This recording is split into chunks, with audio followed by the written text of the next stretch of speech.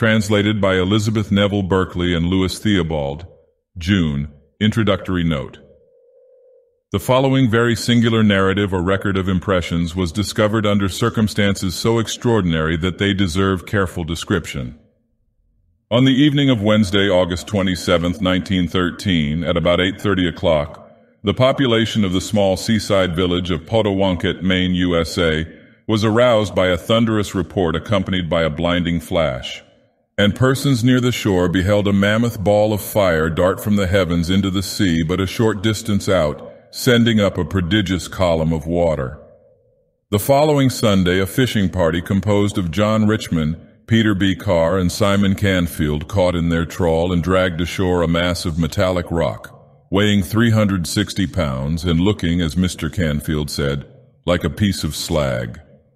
Most of the inhabitants agreed that this heavy body was none other than the fireball which had fallen from the sky 4 days before, and Dr. Richmond M. Jones, the local scientific authority, allowed that it must be an aerolite or meteoric stone.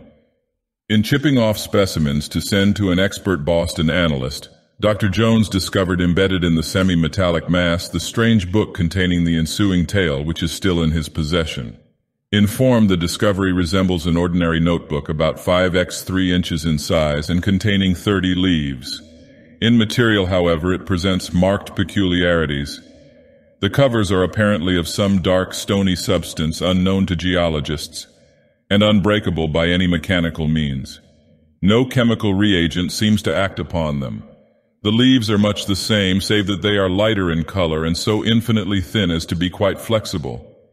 The whole is bound by some process not very clear to those who have observed it, a process involving the adhesion of the leaf substance to the cover substance. These substances cannot now be separated, nor can the leaves be torn by any amount of force.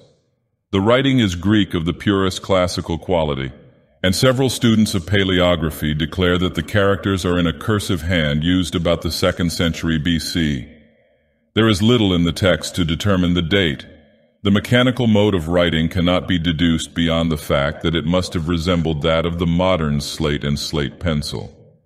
During the course of analytical efforts made by the late Professor Chambers of Harvard, several pages, mostly at the conclusion of the narrative, were blurred to the point of utter effacement before being read, a circumstance forming a well-nigh irreparable loss.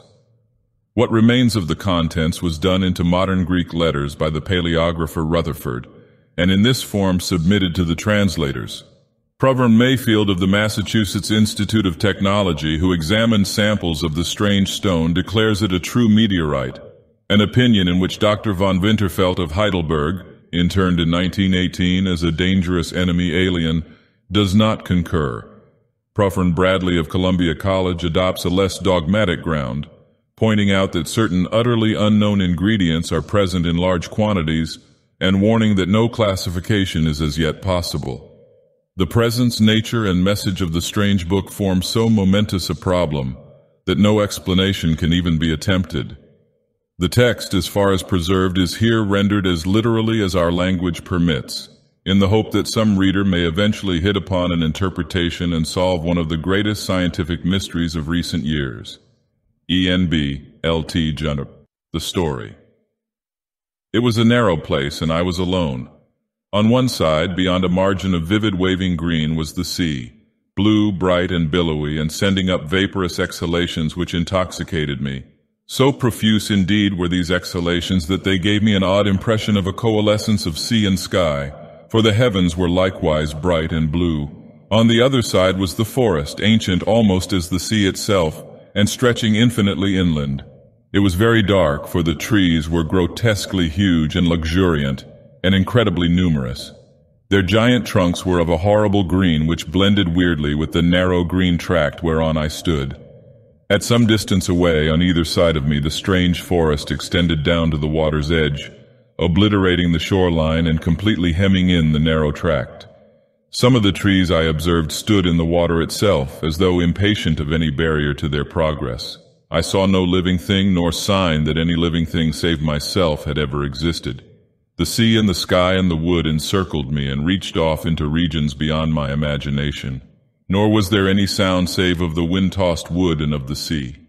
As I stood in this silent place, I suddenly commenced to tremble, for though I knew not how I came there and could scarce remember what my name and rank had been, I felt that I should go mad if I could understand what lurked about me. I recalled things I had learned, things I had dreamed, things I had imagined and yearned for in some other distant life.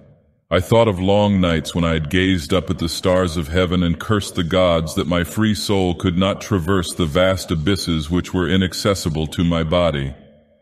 I conjured up ancient blasphemies and terrible delvings into the papyri of Democritus, but as memories appeared I shuddered in deeper fear, for I knew that I was alone, horribly alone, alone yet close to sentient impulses of vast vague kind, which I prayed never to comprehend nor encounter. In the voice of the swaying green branches I fancied I could detect a kind of malignant hatred and demoniac triumph. Sometimes they struck me as being in horrible colloquy with ghastly and unthinkable things which the scaly green bodies of the trees half hid from sight but not from consciousness. The most oppressive of my sensations was a sinister feeling of alienage. Though I saw about me objects which I could name, trees, grass, sea, and sky, I felt that their relation to me was not the same as that of the trees, grass, sea, and sky I knew in another and dimly remembered life. The nature of the difference I could not tell, yet I shook in stark fright as it impressed itself upon me. And then in a spot where I had before discerned nothing but the misty sea, I beheld the green meadow, separated from me by a vast expanse of blue, rippling water with sun-tipped wavelets, yet strangely near. Often I would peep fearfully over my right shoulder at the trees, but I preferred to look at the green meadow, which affected me oddly. It was while my eyes were fixed upon this singular tract that I first felt the ground in motion beneath me. Beginning with a kind of throbbing agitation which held a fiendish suggestion of conscious action, the bit of bank on which I stood detached itself from the grassy shore and commenced to float away, borne slowly onward as if by some current of resistless force. I did not move, astonished and startled as I was by the unprecedented phenomenon, but stood rigidly still until a wide lane of water yawned betwixt me and the land of trees. Then I sat down in a sort of daze and again looked at the sun-tipped water and the green meadow. Behind me the trees and the things they may have been hiding seemed to radiate infinite menace. This I knew without turning to view them, for as I grew more used to the scene I became less and less dependent upon the five senses that once had been my sole reliance. I knew the green, scaly forest hated me, yet now I was safe from it, for my bit of bank had drifted far from the shore. But though one peril was past, another loomed up before me. Pieces of earth were constantly crumbling from the floating isle which held me, so that death could not be far distant in any event. Yet even then I seemed to sense that death would be death to me no more, for I turned again to watch the green meadow, imbued with a curious feeling of security in strange contrast to my general horror. Then it was that I heard, at a distance immeasurable, the sound of falling water. Not that of any trivial cascade such as I had known, but that which might be heard in the far Scythian lands if all the Mediterranean were poured down an unfathomable abyss. It was toward this sound that my shrinking island was drifting, yet I was content. Far in the rear were happening weird and terrible things, things which I turned to view, yet shivered to behold. For in the sky dark vaporous forms hovered fantastically, brooding over trees and seeming to answer the challenge of the waving green branches. Then a thick mist arose from the sea to join the sky forms, and the shore was erased from my sight. Though the sun, what sun I knew not, shone brightly on the water around me, the land I had left seemed involved in a demoniac tempest where clashed the will of the hellish trees and what they hid, with that of the sky and the sea. And when the mist vanished, I saw only the blue sky and the blue sea, for the land and the trees were no more. It was at this point that my attention was arrested by the singing in the green meadow. Hitherto, as I have said, I had encountered no sign of human life, but now there arose to my ears a dull chant whose origin and nature were apparently unmistakable. While the words were utterly undistinguishable, the chant awaked in me a peculiar train of associations, and I was reminded of some vaguely disquieting lines I had once translated out of an Egyptian book, which in turn were taken from a papyrus of ancient Meadow. Through my brain ran lines that I fear to repeat. lines telling of very antique things and forms of life in the days when our earth was exceeding young, of things which thought and moved and were alive, yet which gods and men would not consider alive. It was a strange book. As I listened, I became gradually conscious of a circumstance which had before puzzled me only subconsciously. At no time had my sight distinguished any definite objects in the green meadow, an impression of vivid homogeneous verdure being the sum total of my perception. Now, however, I saw that the current would cause my island to pass the shore at but a little distance, so that I might learn more of the land and of the singing thereon.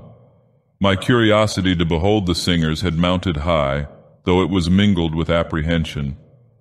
Bits of sod continued to break away from the tiny tract which carried me, but I heeded not their loss, for I felt that I was not to die with the body, or appearance of a body, which I seemed to possess, that everything about me, even life and death, was illusory, that I had overleaped the bounds of mortality and corporeal entity, becoming a free, detached thing, impressed me as almost certain. Of my location I knew nothing, save that I felt I could not be on the earth planet once so familiar to me. My sensations, apart from a kind of haunting terror, were those of a traveler just embarked upon an unending voyage of discovery. For a moment I thought of the lands and persons I had left behind, and of strange ways whereby I might someday tell them of my adventurings, even though I might never return. I had now floated very near the green meadow, so that the voices were clear and distinct, but though I knew many languages, I could not quite interpret the words of the chanting. Familiar they indeed were, as I had subtly felt when at a greater distance, but beyond a sensation of vague and awesome remembrance I could make nothing of them. A most extraordinary quality in the voices, a quality which I cannot describe, at once frightened and fascinated me. My eyes could now discern several things amidst the omnipresent verdure: rocks covered with bright green moss, shrubs of considerable height, and less definable shapes of great magnitude which seemed to move or vibrate amidst the shrubbery in a peculiar way. The chanting, whose authors I was so anxious to glimpse, seemed loudest at points where these shapes were most numerous and most vigorously in motion, and then, as my island drifted closer and the sound of the distant waterfall grew louder, I saw clearly the source of the chanting, and in one horrible instant remembered everything. Of such things I cannot, dare not tell, for therein was revealed the hideous solution of all which had puzzled me, and that solution would drive you mad, even as it almost drove me. I knew now the change through which I had passed, and through which certain others who once were men had passed, and I knew the endless cycle of the future which none like me may escape. I shall live forever, be conscious forever, though my soul cries out to the gods for the boon of death and oblivion. All is before me. Beyond the deafening torrent lies the land of Stethalos, where young men are infinitely old. The green meadow. I will send a message across the horrible, immeasurable abyss. At this point, and the text becomes illegible.